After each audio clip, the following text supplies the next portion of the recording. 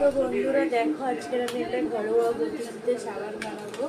তো তার জন্য আমি মিশো অনলাইন থেকে সোপ ফেস অর্ডার দিয়ে দিয়েছিলাম। সেটা কালকে এসেছিলো। তো সেটাকে আমি এখন গরম জলে গলিয়ে নেব।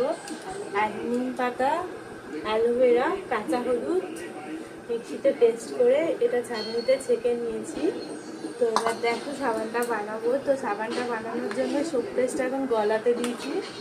গলানোর জন্য একটা কড়াইতে জল গরম করে, মানে গ্যাসটা জ্বলবে, জলটা গরম হবে, আর এটা তার উপরে সারসি দিয়ে বাটিটাকে ধরতে হবে। ধরলে দেখো একটু সোজা, দেখো এই যে আস্তে আস্তে সোপ পেস্টটা স্মুথ হয়ে গলে যাবে। দেখো বন্ধুরা বলছে এখন একটু বাকি আছে, কিন্তু কখনোই এটা ডাইরেক্ট আছে দেওয়া যাবে না। এরকম গরমে স্টিম বয়েল যেমন করে সেরকম স্টিমারের মতন যেমন মানে আর কি সেরকমই তাদেরকে গলাবো। এটা আস্তে আস্তে অনেকটা গলে এসেছে। আমরা তো বাজারে অনেক কিছু সামগ্রী কিনে ব্যবহার করি, তো অনেক পয়সা উল্টোপাল্টা খরচা করি না জানা সত্ত্বে। তো আমি এটা একজনের থেকে দেখে শিখেছি, তাই ভাবলাম আমিও ট্রাই করি।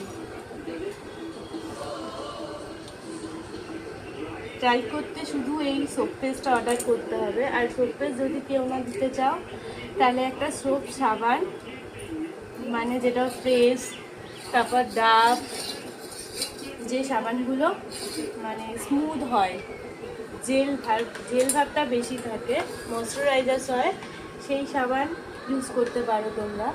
তবে আমি সোপ পেস্ট নিয়েছি, সোপ পেস্টটাই খুব সুন্দর হয়।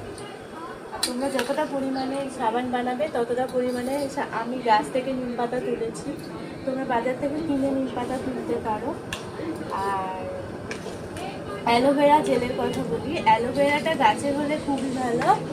আর যদি বাজারে কেনা জেল, যেসব মানে কোম্পানির জেল হয়, ওটা দিয়েও হবে। আমি গাছের জেল দিয়ে বানানো খুবই উপকার। তো চলো এটা বলতে থাকুক, এটা একটু বললে আমি বলিয়ে নেব।